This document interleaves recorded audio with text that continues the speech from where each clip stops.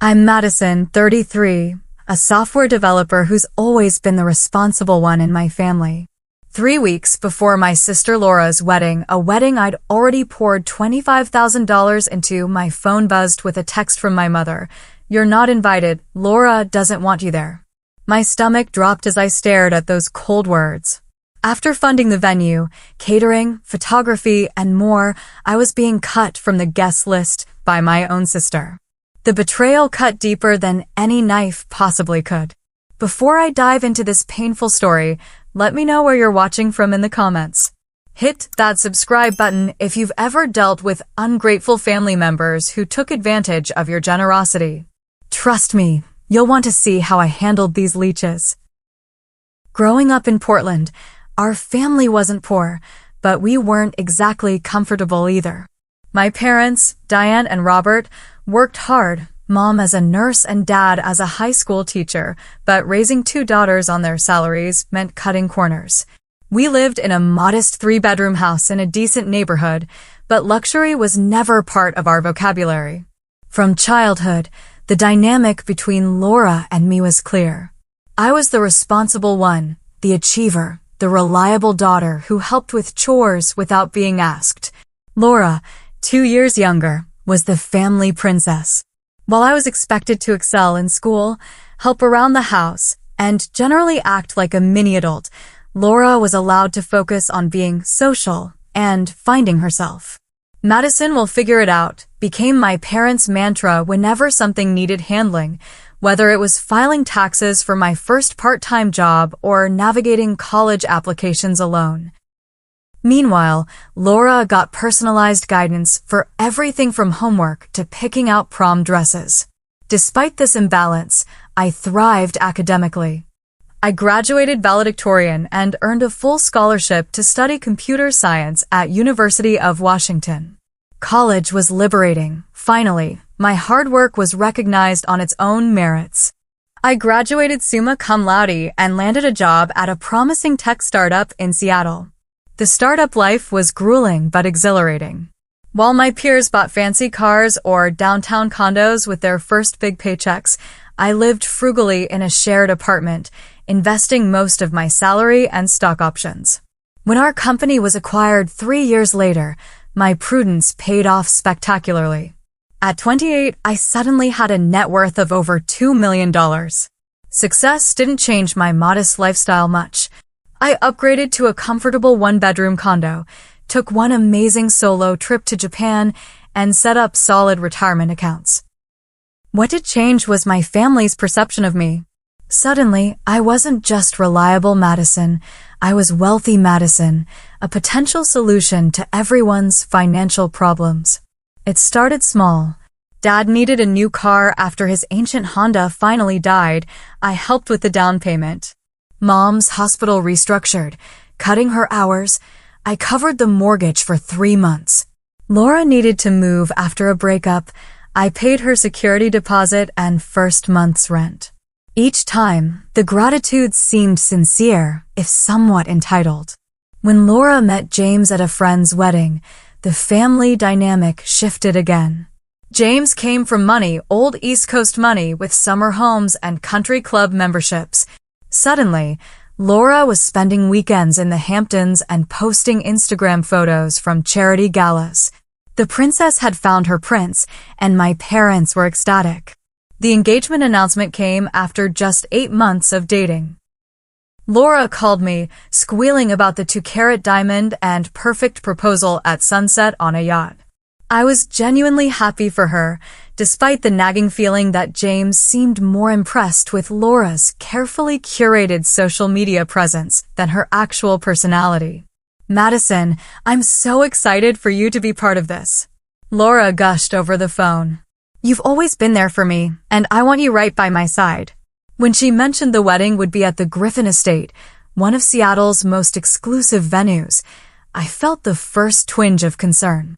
Griffin Estate weddings started at $50,000, far beyond what our parents could afford. "Don't worry about Mom and Dad," Laura said before I could voice my concern. "James's parents are helping, and we've got it covered." She paused, then added casually, though if you wanted to help with some of the smaller expenses, that would be amazing. Of course, I replied, thinking she meant the rehearsal dinner or perhaps her dress. I'd be happy to help with some of the wedding expenses. I had no idea that some expenses would soon become the entire wedding, or that my generosity would ultimately get me uninvited from the very event I was funding. What started as some expenses quickly snowballed into a financial avalanche. 2 weeks after the engagement, Laura invited me to lunch at an upscale restaurant I knew she couldn't afford. Over $60 entrees, which I paid for, she slid a wedding budget spreadsheet across the table. "So this is what we're thinking," she said, pointing to the bottom line, $120,000. I nearly choked on my sparkling water. "Laura, that's a lot." "It's actually pretty reasonable for what we want," she countered, flipping through a wedding magazine showing elaborate floral arrangements and custom-made table settings. "The Griffin estate is $25,000 just for the venue rental, but it's the only place that will give us the fairy tale vibe we're going for." I asked the obvious question, "What are James's parents contributing?" Laura's smile faltered. "Well, that's the thing. They're not exactly on board with the wedding yet. They think we're rushing things and wanted us to have a longer engagement." She fidgeted with her napkin. "They said they might help later, but for now we're on our own." "And Mom and Dad? They're putting in $10,000, which is all they can afford." Her eyes welled with tears. "Madison, I know it's a lot to ask, but this is my one special day. James is perfect, and I want everything to be perfect for him. His friends all had amazing weddings, and I can't show up with something basic." I should have said no. I should have suggested a more reasonable budget or a longer engagement to save up. Instead, I heard myself say, "I can cover the venue deposit while you figure out the rest." Laura's tears vanished instantly, replaced by a dazzling smile. "You're the best sister ever. I knew I could count on you." That $25,000 deposit for the venue, catering, and photography was just the beginning. Over the next few months, the requests kept coming, each presented as a crisis that only I could solve. "The florist needs a 50% deposit by Friday or we'll lose our date. The designer dress I fell in love with is being discontinued next month. The band James wanted just had a cancellation on our date, but we need to book them immediately." Each time, I transferred the money, telling myself it was an investment in my sister's happiness. I created detailed spreadsheets tracking every expense, naively believing Laura and James would eventually reimburse at least part of it. By 3 months before the wedding, I had spent over $75,000, and the bills kept coming. My parents, rather than acting as a voice of reason, seemed to encourage Laura's extravagance. "You're so blessed to be able to do this for your sister," my mother said during one of our weekly calls. "Your father and I could never give her the wedding she deserves." The subtle implication was clear. As the financially successful sibling, it was my duty to provide what they couldn't. No one seemed to consider that I had worked incredibly hard for my money or that I might have my own plans for it. Laura's attitude shifted from grateful to entitled with alarming speed. What began as "thank you so much for helping us" became "we need another $5,000 for upgraded linens," without so much as a please. James, who supposedly came for money, was conspicuously absent from all financial discussions. One evening, after transferring another $3,000 for a premium open bar package, I finally asked Laura directly about James's contribution. "He's contributing in other ways," she said defensively. "He's handling all the honeymoon arrangements." Later, I discovered through an accidental email that James's parents were paying for the honeymoon, a 2-week stay at a luxury resort in Bali. James wasn't contributing a dime. By the 2-month mark, I had spent nearly $95,000 on my sister's wedding. My financial advisor had stopped sending subtle warnings and was now directly questioning my decisions. I'd had to liquidate some investments, incurring tax penalties I hadn't planned for. But every time I considered pulling back, I thought of the disappointment on Laura's face, the accusations of ruining her special day, the family drama that would ensue. So I kept paying, buried my resentment, and told myself that after the wedding, things would return to normal. Little did I know that normal for my family meant taking advantage of my generosity until I had nothing left to give, emotionally or financially. Despite funding virtually the entire wedding, I found myself increasingly sidelined in the planning process. My demanding job as a senior developer meant I couldn't attend every cake tasting or floral arrangement viewing, but I made efforts to join important decisions via FaceTime or by rearranging my schedule when possible. Laura, however, seemed to deliberately schedule appointments when I was in unmovable meetings or presentations. "Oh, did I get the time wrong?" she'd say innocently. "We've already put down the deposit anyway, so it doesn't really matter." One Tuesday evening, I left work early to surprise Laura at a menu tasting I wasn't originally able to attend.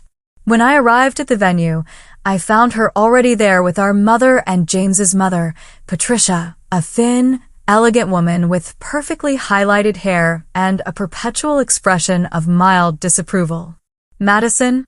Laura exclaimed, looking more startled than pleased. "What are you doing here?" "My last meeting canceled, so I thought I'd join after all," I explained, already sensing I'd made a mistake. Patricia gave me a cool once-over, taking in my simple work attire. "Laura didn't mention you'd be joining us." "It was a last-minute decision," I said, extending my hand. "I'm Madison, Laura's sister." "Yes," Patricia replied, barely touching my fingers. "Laura's mentioned you work in computers, was it?" Before I could respond, Laura jumped in. "Madison's just super busy with her job, so she usually can't make these things. Mom and I have been handling most of the details." Throughout the tasting, I was treated like an intruder rather than the person paying for the entire event. Patricia dominated the conversation, vetoing menu items as too pedestrian and suggesting expensive upgrades that I knew would eventually land on my credit card. Laura deferred to her future mother-in-law on everything, while our mother nodded along enthusiastically. After Patricia left, I pulled Laura aside. "What was that about?" I felt like I was crashed someone else's wedding planning. "Don't be dramatic," Laura sighed.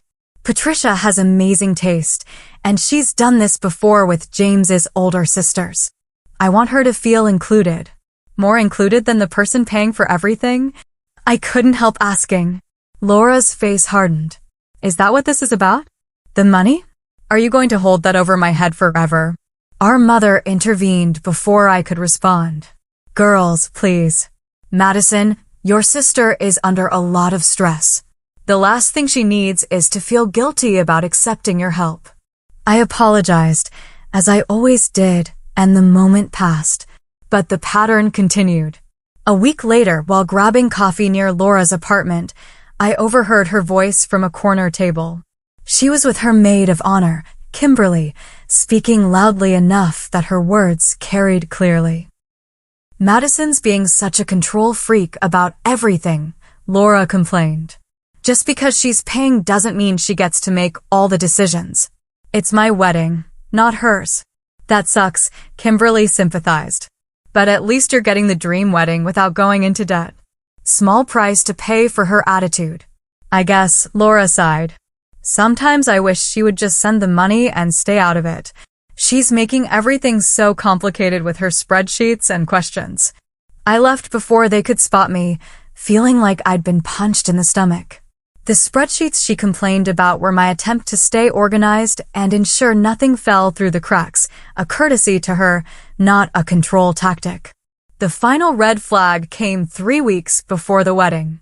Laura had organized a bridal party spa day as a thank you to her bridesmaids, though I wasn't officially in the bridal party. Laura had claimed she didn't want to burden me with extra responsibilities given how much I was already doing. I assumed I'd be included in the pre-wedding celebration. I found out about the spa day from my cousin Rachel's Instagram story, a photo of Laura and 6 other women in plush robes, champagne flutes in hand, with the caption, "Spoiling our bride-to-be." #Laura and James tie the knot. When I confronted Laura that evening, she broke down in tears. I didn't think you'd want to come. You're always so busy and stressed about work. I was trying to be considerate.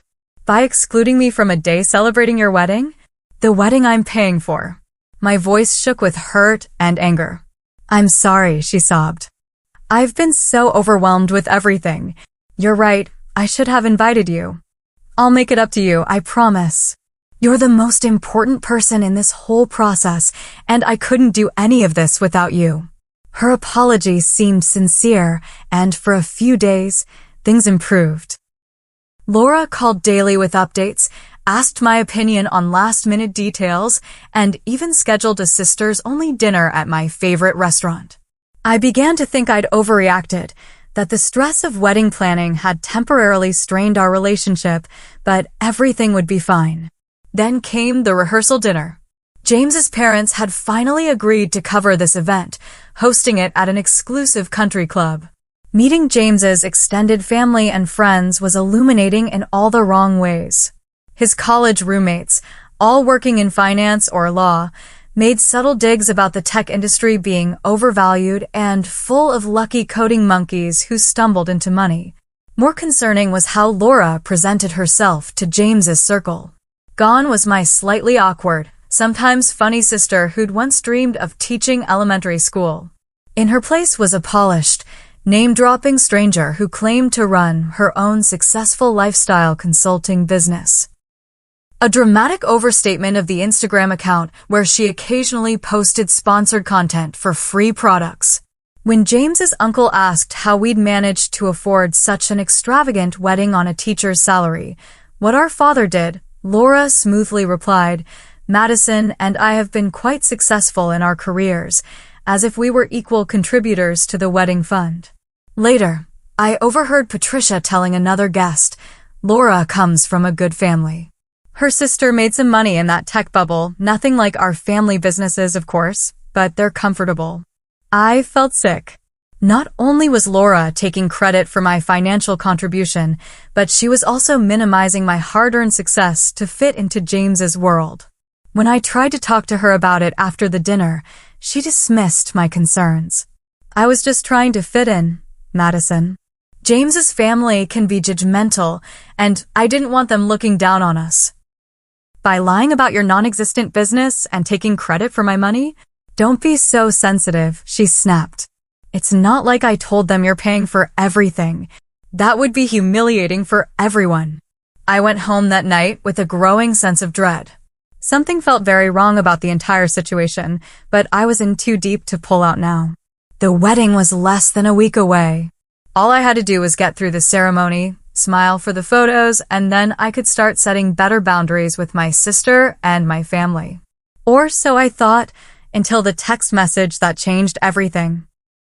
The message arrived during a critical product meeting.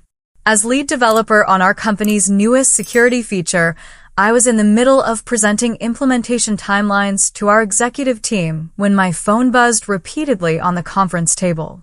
Normally, I would never check messages during such an important meeting, but the multiple notifications suggested an emergency. Excusing myself briefly, I glanced at my screen and froze. 3 messages from my mother. Madison, we need to talk about the wedding. There's been a change of plans. You're not invited. Laura doesn't want you there. I must have made some sort of sound because several colleagues looked up with concern. Mumbling something about a family emergency, I fled to the nearest bathroom, locked myself in a stall, and read the rest of the incoming messages with trembling hands. Laura feels you've been too controlling about wedding plans.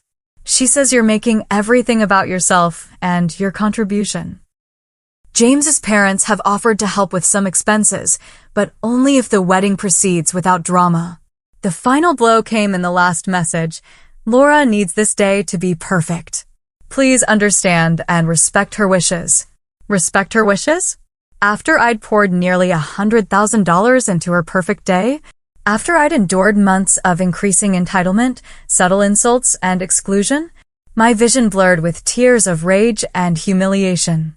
I called my mother immediately, struggling to keep my voice steady. What exactly is going on? Madison, she sighed, as if I were being difficult. I know this is upsetting, But Laura is under tremendous pressure.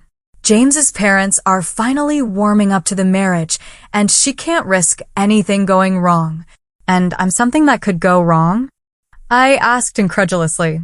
There was a telling pause before my mother replied. Patricia has expressed concerns about family tension overshadowing the ceremony.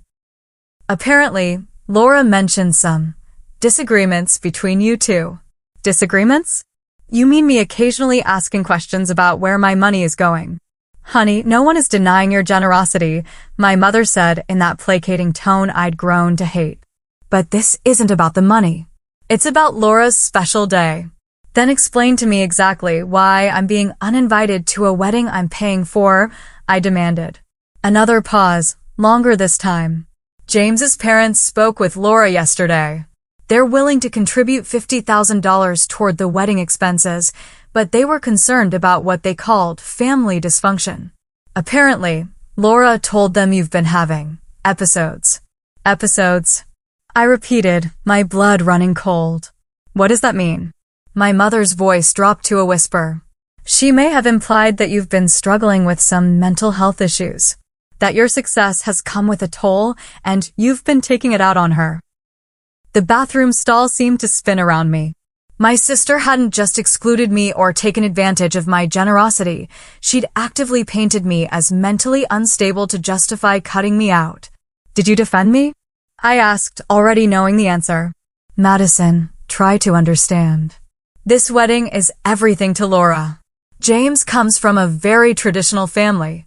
They value stability and appearances. And what about honesty? What about basic human decency?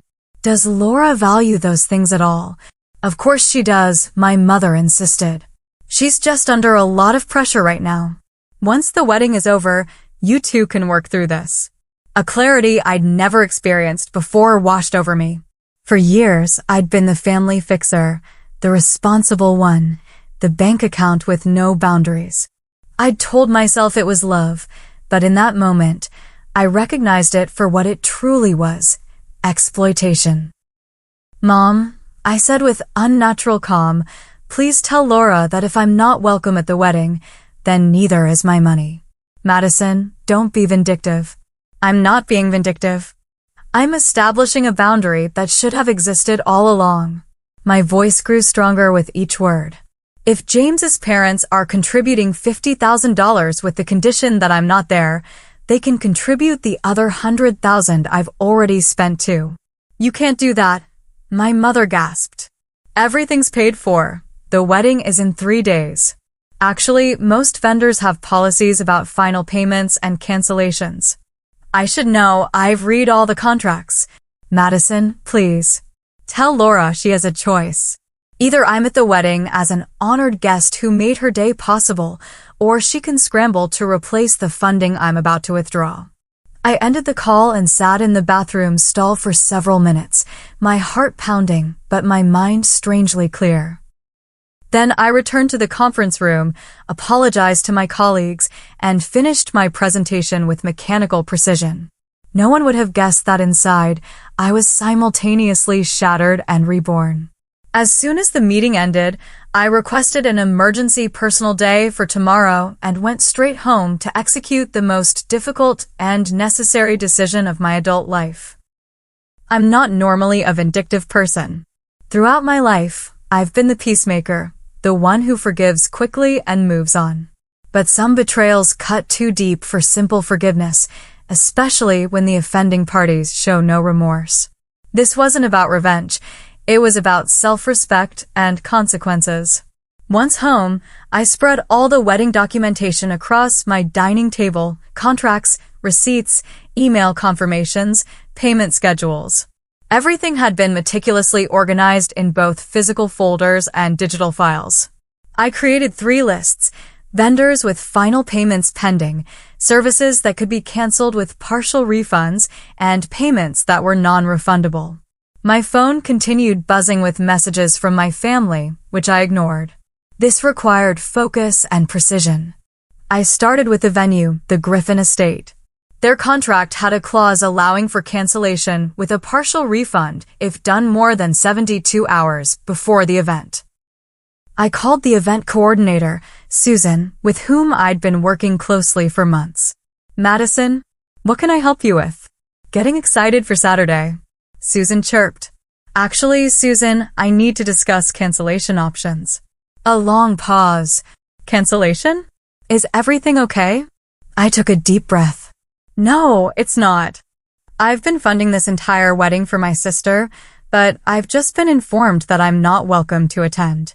Under the circumstances, I can no longer financially support the event. To her credit, Susan didn't pry further. I understand. This must be incredibly difficult. She explained my options professionally.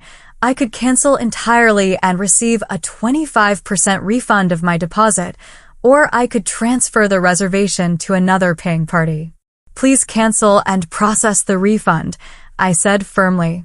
If my sister or her fiancé contacts you about reinstating the reservation, they're welcome to do so under their own financial responsibility. Next came the caterer, the photographer, the florist, the rental company, the bartending service, and a dozen other vendors. Some conversations were brief and businesslike, others were awkwardly sympathetic. Word apparently traveled fast in the wedding industry, and by my fifth call, vendors were already aware of the situation. I heard what happened, the photographer said quietly. For what it's worth, I think you're doing the right thing. No one should be treated that way by family. The DJ was even more direct. Man, that's cold. Your sister sounds like a piece of work, no offense. I offered no details beyond the essential facts, but it was clear that most vendors had encountered similar situations before. Several even offered more generous refund terms than their contracts specified, citing unusual circumstances. By early evening, I'd processed cancellations for every service I'd booked and paid for. Where refunds were possible, I provided my banking details. Where money was lost, I accepted it as the price of my freedom from toxic family dynamics. The last step was digital. I logged into the wedding planning website I'd created and downloaded all documents for my records, then deleted the entire site. I removed the shared online folders containing vendor information, seating charts, timelines, and the 55 meticulously created planning files that had consumed countless hours of my time over the past months. Just as I finished, my phone rang. Laura. After sending all her calls to voicemail all day, I decided to answer this one. How could you do this to me? She screamed without preamble. The venue just called and said everything's been canceled. My wedding is in 3 days. Correction, I said calmly. The wedding you uninvited me from was in 3 days. Now it's your problem to solve. You vindictive bitch. Laura was sobbing now. You're ruining my life because of your jealousy. Mom was right. You are having a mental breakdown. Actually, I'm seeing things clearly for the first time, I replied. You and our parents have taken advantage of me for years. This was just the final straw. James's parents are going to think we're a family of lunatics. How am I supposed to explain this? You could try telling the truth for once. Tell them how you lied about my mental health to exclude me from the wedding I paid for. Tell them how you've been presenting yourself as a successful businesswoman while living off my generosity. I never asked you to pay for everything. You offered, and you accepted. Enthusiastically and repeatedly.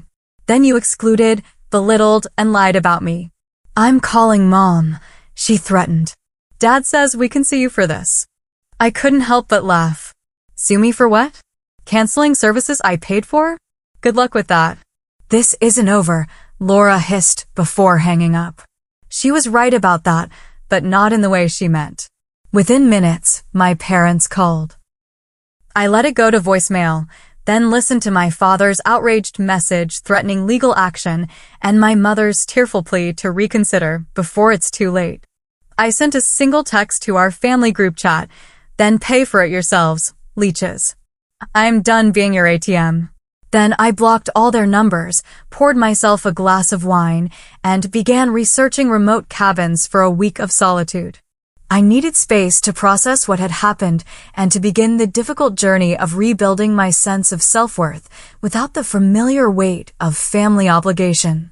As I booked a peaceful lakeside cabin in the Olympic Peninsula, I felt simultaneously hollow and liberated.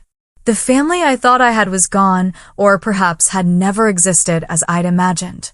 But for the first time in my adult life, I was putting myself first, and there was a certain power in that realization.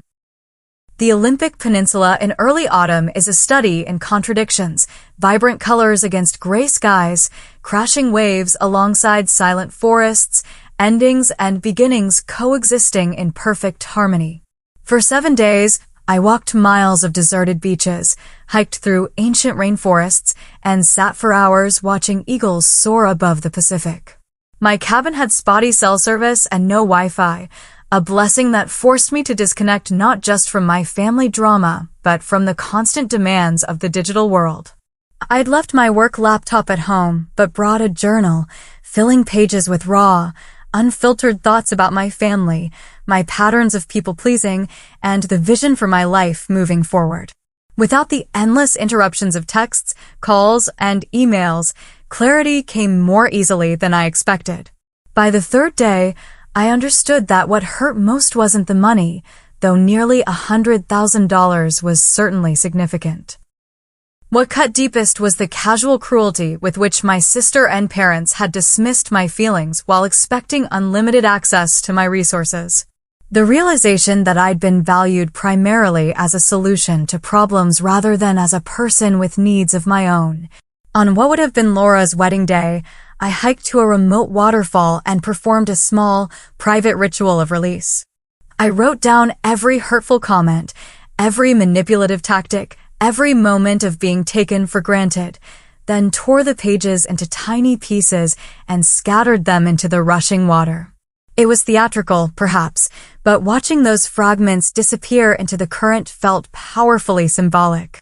When I returned to Seattle and civilization, reality crashed back in waves. First came the social media fallout. Laura had posted a tear-streaked selfie on Instagram with a long caption about family betrayal and having to scramble to salvage our special day. Our mother shared a vague Facebook post asking for prayers during a difficult family time. Extended family members and mutual friends chose sides without knowing the full story, many assuming I'd acted out of jealousy or mental instability as Laura had suggested. I didn't dignify any of it with a response. The people who truly knew me reached out directly, offering support without judgment. My closest friend, Taylor, came over my first night back with takeout and wine, letting me vent for hours without once checking her phone. My colleague Jonathan, who'd witnessed my hasty exit from the product meeting, invited me to dinner with his husband, creating space for normal conversation that didn't revolve around my family drama. Through these friends, I learned bits and pieces about the wedding that ultimately took place. Laura and James had indeed gotten married, but at his parents' country club rather than the Griffin estate. The guest list had been cut in half, the elaborate floral arrangements replaced by simple centerpieces, the gourmet menu downgraded to standard country club fare. Patricia had apparently stepped in with some additional funding, but nowhere near what I'd been providing. The whole thing felt rushed and tense, reported my cousin Rachel, who'd attended as a bridesmaid.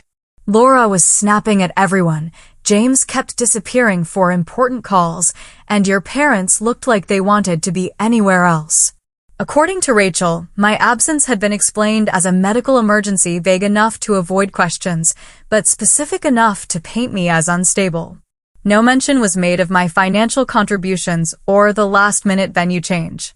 The narrative was completely controlled to portray Laura as the victim of unfortunate circumstances rather than the architect of her own wedding disaster. 2 weeks after my return, my mother began reaching out again. First with guilt-laden texts, then with increasingly desperate voicemails. I unblocked her number, but maintained my distance, responding only with brief acknowledgments that I was alive and well. My father, true to form, communicated through her rather than reaching out directly. "Your father and I think we all need to sit down as a family," she said in one message. "Laura's back from her honeymoon, and there are things that need to be discussed." I replied with this single sentence, "I'm not ready for that conversation yet." The truth was, I was deep in the process of examining our family dynamics with my newly found therapist, Dr. Chin. After just 3 sessions, patterns that had been invisible to me for years suddenly came into sharp focus. How Laura's role as the family princess had been established early and reinforced consistently. How my parents had outsourced their parental responsibilities to me while giving Laura endless second chances. How my financial success had been weaponized against me as an obligation rather than celebrated as an achievement. Families develop roles for each member, Dr. Chin explained during one particularly illuminating session. You were assigned the role of capable caretaker, while your sister was assigned the role of needing care. These roles served your parents' emotional needs in some way, which is why they've worked so hard to maintain them despite how harmful they've been to you. As autumn deepened into winter, the holiday season loomed with its particular brand of family expectations. For the first time in my adult life, I declined my parents' invitation for Thanksgiving, choosing instead to volunteer at a community dinner for tech industry newcomers far from their families. Christmas brought more pressure, with daily calls from my mother insisting that family should be together, regardless of disagreements. I held firm, sending gifts but maintaining my physical and emotional distance. Instead of the traditional Russell family Christmas, I joined Taylor's family celebration, where I was treated with warmth and respect without any undercurrents of obligation or resentment. The most surprising development came in January, when several extended family members reached out independently to share their own experiences with Laura's entitlement. My cousin Michael confessed that she'd borrowed $5,000 from him 2 years ago with vague promises of repayment that never materialized. Aunt Patricia, my father's sister, not to be confused with James's mother, revealed that Laura had lived with her rent-free for 6 months after college while claiming to my parents that she was paying market rate. I never said anything because I didn't want to cause family drama, Aunt Patricia admitted over coffee. But after seeing how they've treated you, I regret staying silent. There's a pattern here that goes beyond normal sibling rivalry. Learning that others had experienced similar treatment was both validating and heartbreaking. The family mythology of Laura as the fragile princess and me as the invulnerable achiever had affected more relationships than just ours. It had created ripples of dysfunction throughout our extended family, silencing those who might have spoken up earlier out of the same conflict avoidance that had kept me paying wedding bills long after red flags began appearing. By spring, I had established a new normal. Weekly therapy sessions, a small but supportive circle of friends, limited contact with my parents, and no direct communication with Laura or James. I'd redirected my financial generosity toward causes that mattered to me, a coding scholarship for girls from low-income backgrounds, a monthly donation to the Rainforest Preservation Organization whose land I'd found healing during my Olympic Peninsula retreat. Boundaries aren't punishments, Dr. Chin reminded me during a session where I expressed guilt about limiting contact with my parents. They're structures that allow relationships to exist in healthier ways. Your family can choose to respect those boundaries or not, but that choice is theirs, not yours. Slowly, painfully, I was learning that lesson, that I could only control my own actions, not others' responses to them. That my worth existed independently of what I could provide for others. That real love didn't come with invoices or conditions. 6 months after the wedding that wasn't, I was no longer drowning in anger or hurt. Instead, I was navigating the unfamiliar but liberating waters of self-respect, one boundary at a time. They say time heals all wounds, but that's not entirely true. Time provides distance, perspective, context, but healing requires active work and conscious choices. In the year following Laura's wedding, I discovered that healing isn't a destination, but a winding path with unexpected turns, occasional backsliding, and moments of breakthrough when you least expect them. The first significant milestone came 8 months after the wedding debacle when I finally agreed to meet my mother for coffee. We chose a neutral location, a quiet cafe halfway between our homes, and set a firm 1-hour time limit.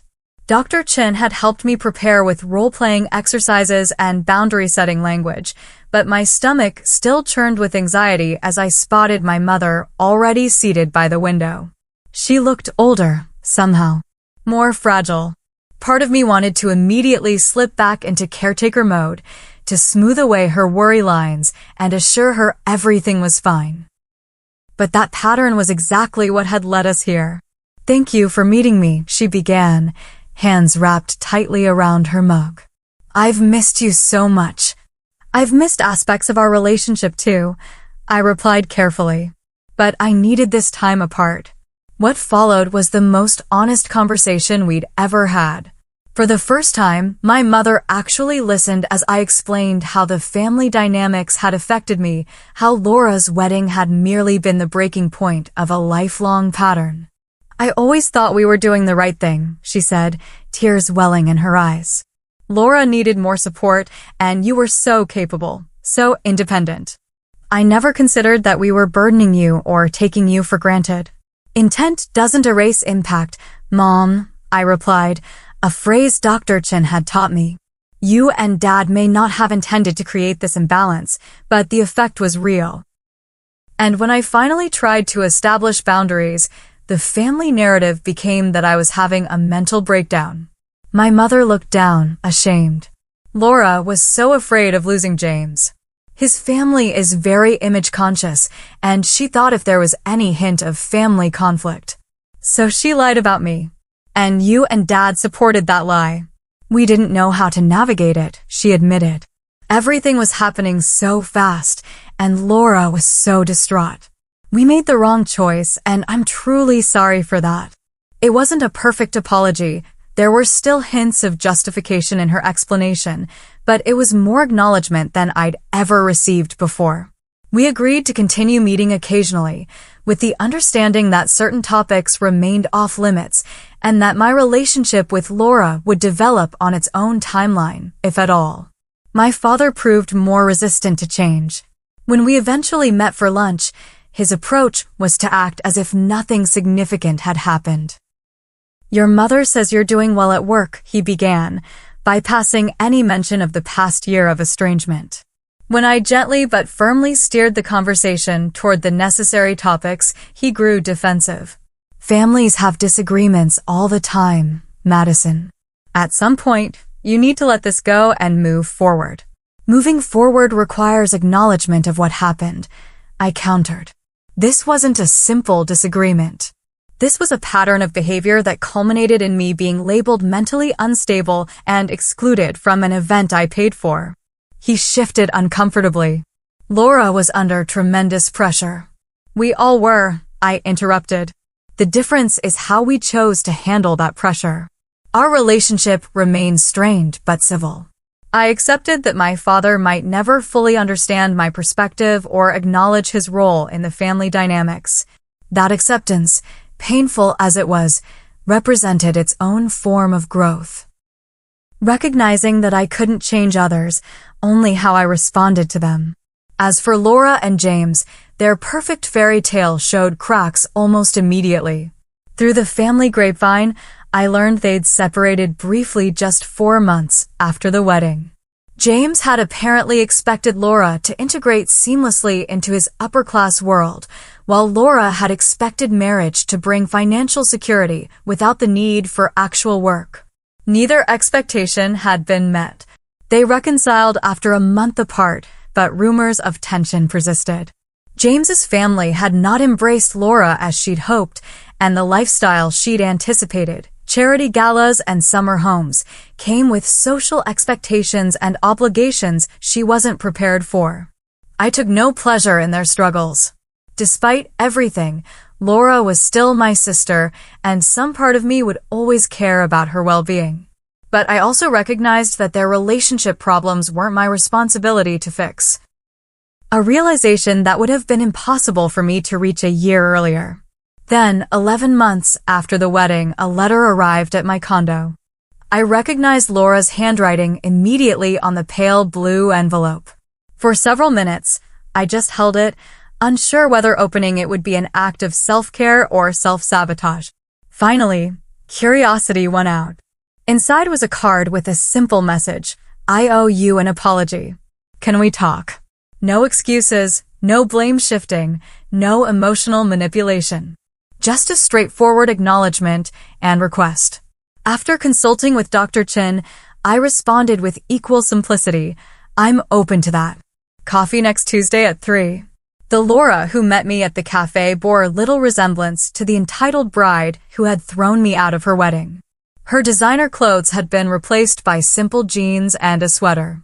The carefully highlighted hair was pulled back in a practical ponytail.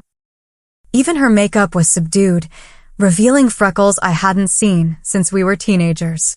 James and I are separating, she said after we'd ordered. For real this time. The divorce papers are being drafted. I'm sorry to hear that, I replied and meant it. Don't be. It's the right decision. She took a deep breath. Being married to James made me see myself through his family's eyes, and I didn't like what I saw. Shallow, materialistic, willing to hurt people who love me to maintain appearances. That's a painful realization. It is, but necessary. She met my eyes directly. Madison, what I did to you is unforgivable.